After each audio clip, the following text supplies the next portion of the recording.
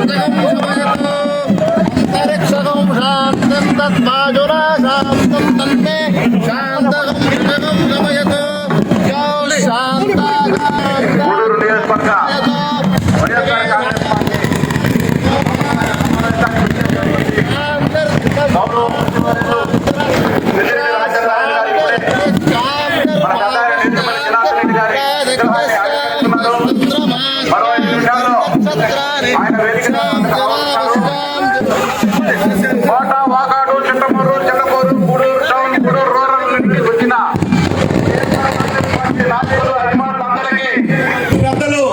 పెద్దిరెడ్డి రామచంద్రారెడ్డి గారు రాష్ట్ర విద్యుత్ మరియు అటవీ శాఖ మంత్రులు గారిని వేదిక మీదకి సాదరంగా ఆహ్వానిస్తున్నాం. అదేవిధంగా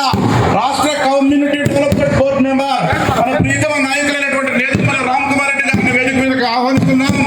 అదేవిధంగా ఉమ్మడి నెల్లూరు జిల్లా ఎమ్మెల్సీ గురుమూర్తి గారిని,